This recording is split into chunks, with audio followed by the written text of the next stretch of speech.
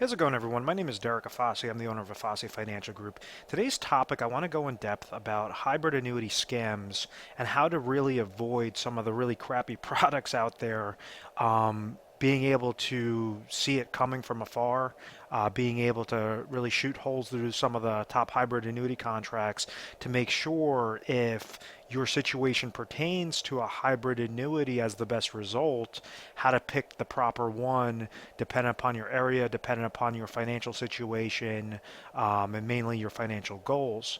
So what happens is, what a hybrid annuity is nothing more than a fixed index, or at least the hybrid annuities I'm speaking about, is a fixed index annuity with an income rider. So what happens is you have the fixed index annuity aspect regarding the safety, regarding your account to gain when the markets go up and not lose anything whenever the markets go down. So you have that safe, consistent growth potential in with hybrid annuities, and you're attaching an income rider onto those types of accounts for lifetime income, either immediately or at a later date and time. So if somebody understands the basics of an annuity, they understand that they could use a portion of their dollars, whether that be in retirement accounts, whether that be in cash accounts, whatever the case may be. You could place it in with this type of annuity contract.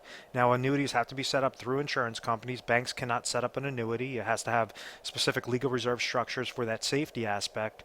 That's why, insurance companies can't offer bank CDs, and banks cannot offer annuity contracts. Each one has to stay within their lane.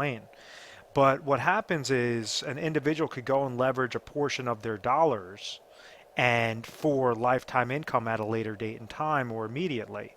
So you could have the old-fashioned type of annuities that go through a process known as annuitization. And what that means is this individual, and let's say we have an individual that's age 60 that wants to trigger lifetime income and he has $100,000. Well, if we're going through the old-fashioned type of annuities, well, this person would say, okay, I have $100,000, which insurance company is going to give me the best rate of return, the best income stream from that this $100,000 would provide.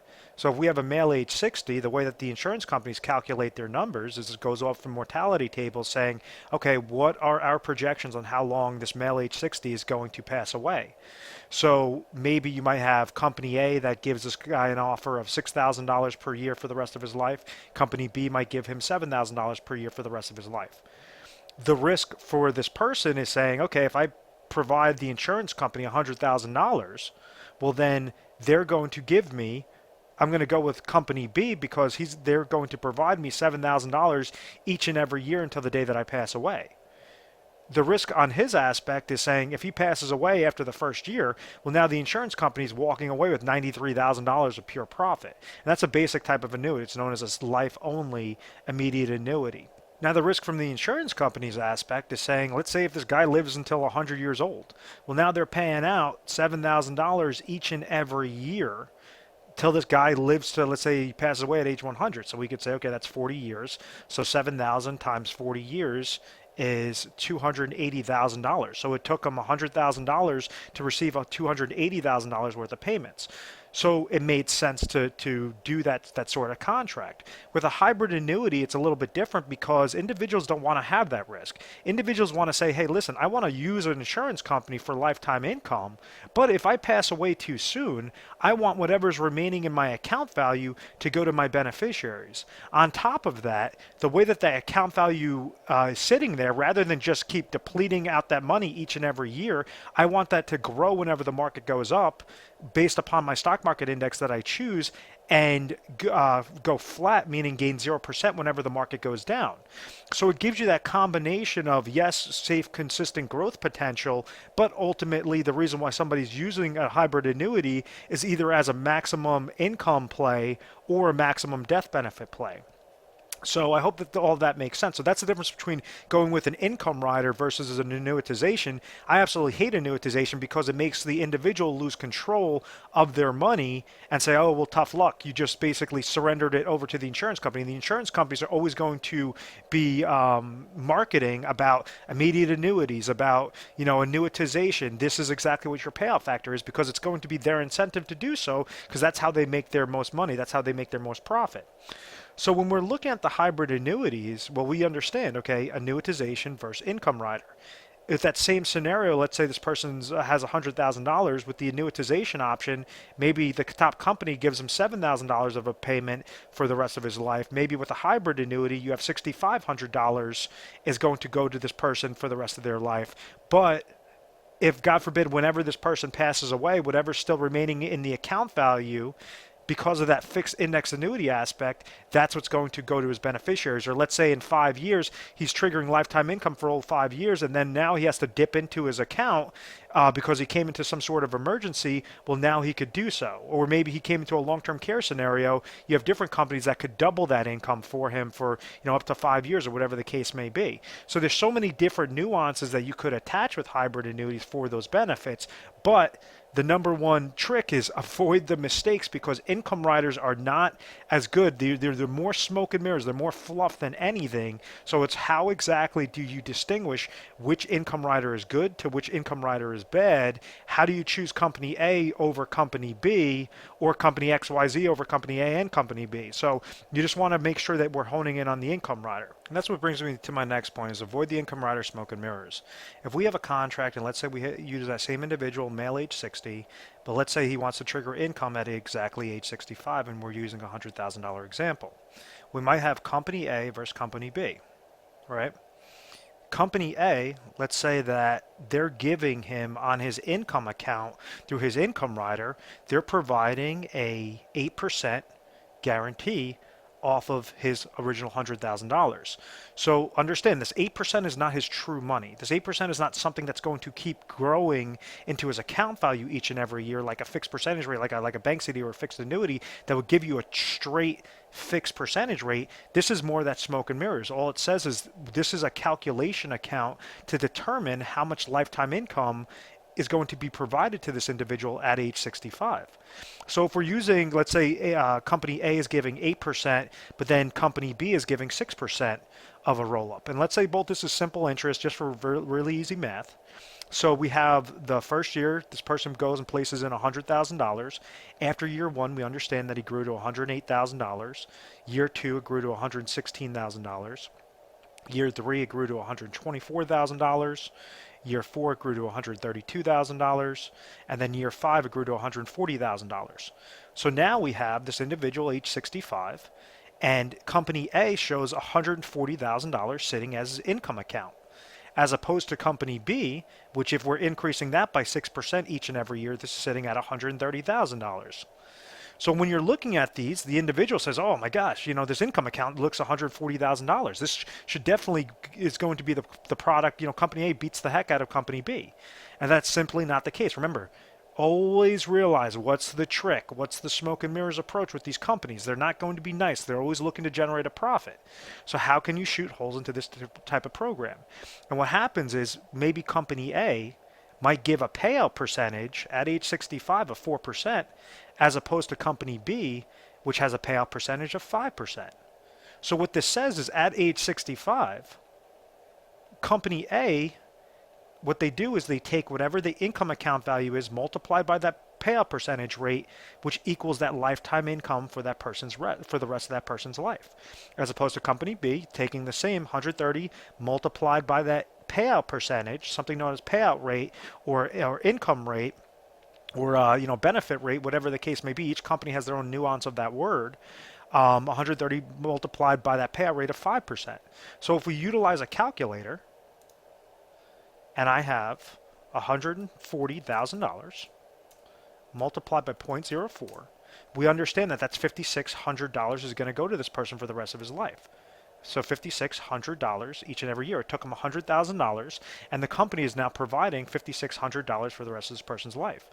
Now company B, if we use a calculator again, we're utilizing that same $100,000 example. So now this grew $130,000 multiplied by a different payout percentage equals a 6.5 or $6,500 of an income payout or an income stream.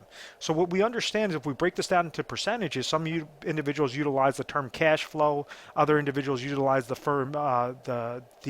term payment stream or payout stream. What this shows you is with company A, for the $100,000 that you're placing in there, you have a 5.6% cash flow that you're receiving out of that.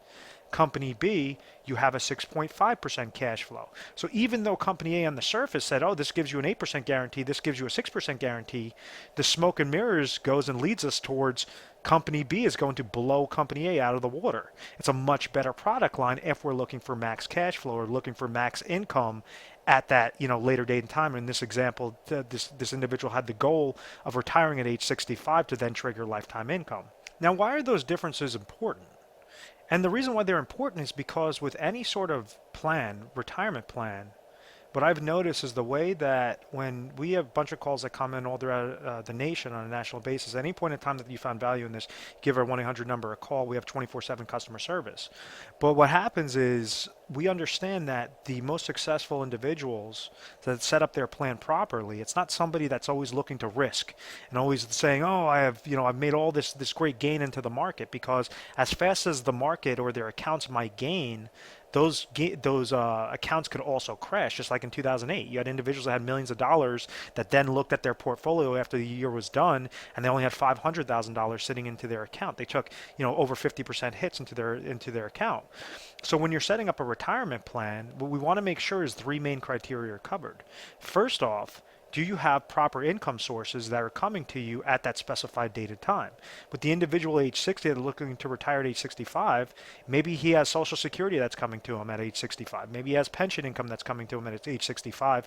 And then the other portion that he has to pull from is savings. So if we have Social Security income of, let's say, that's coming in at $24,000, then we have the pension that's giving him another $10,000 per year.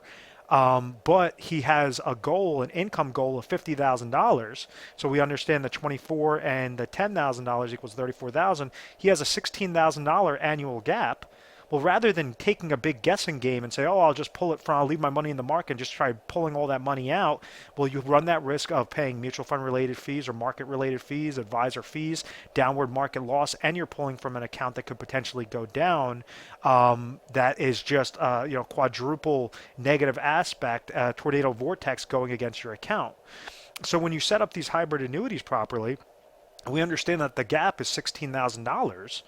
Well, what exactly are the smallest amount of dollars that you could leverage into specific safe income producing products that allow you to still have control? That's why we were using a hybrid annuity over a deferred income annuity or something known as a QLAC or something known as an immediate annuity. The reason why we're using the hybrid annuity is because we want to keep control at all times, and then we want to maximize out what that cash flow is.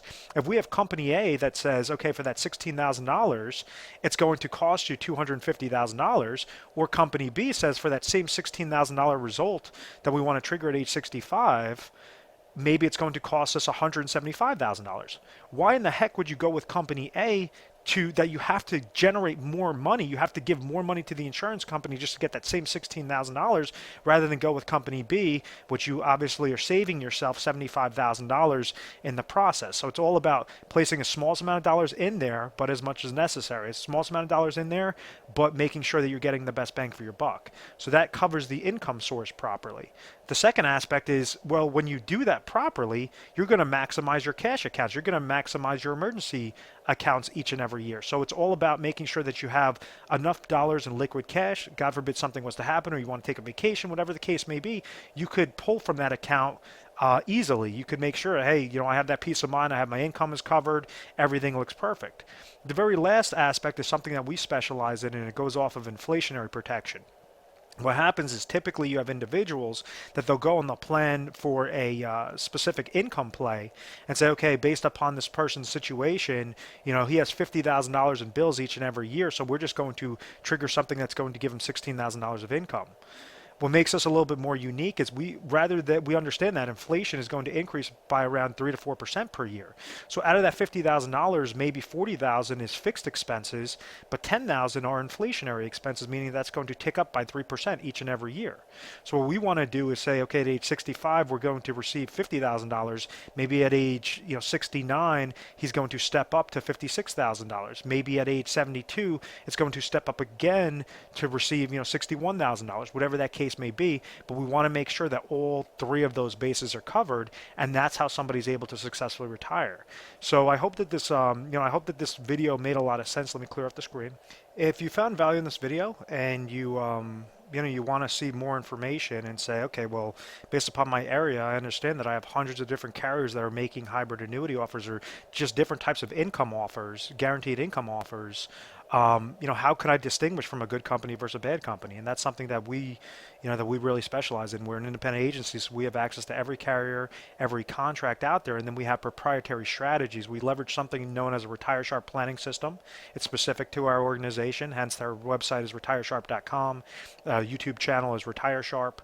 And what it allows us to do is say, okay, based upon those three main criteria, how can we make sure that we're placing the smallest amount of dollars into any sort of vehicle out there, whether that be annuities, whether that be other types of financial products, to produce that income, to make sure that you have the peace of mind with income, you have max emergency funds, and then we're also setting up a plan for inflation. We've always had very good reviews, and it's because of that methodical process. We're our A+ rate on the Better Business Bureau. We've never had any complaints, always had good reviews, and I want you to kind of do your due diligence of the company and give us a call whenever you have questions. We offer 24/7 customer service. We implemented that a couple of years ago, so at any point in time, it could be mornings, nights, weekends, holidays, whatever the case may be. If you want to give us a call, we'll have a specialist standing by to try to help out your situation. I want to thank you very much for watching this video. Please make sure to subscribe to our YouTube channel, Retire Sharp, so you could have the most access to the so you could have access to the most updated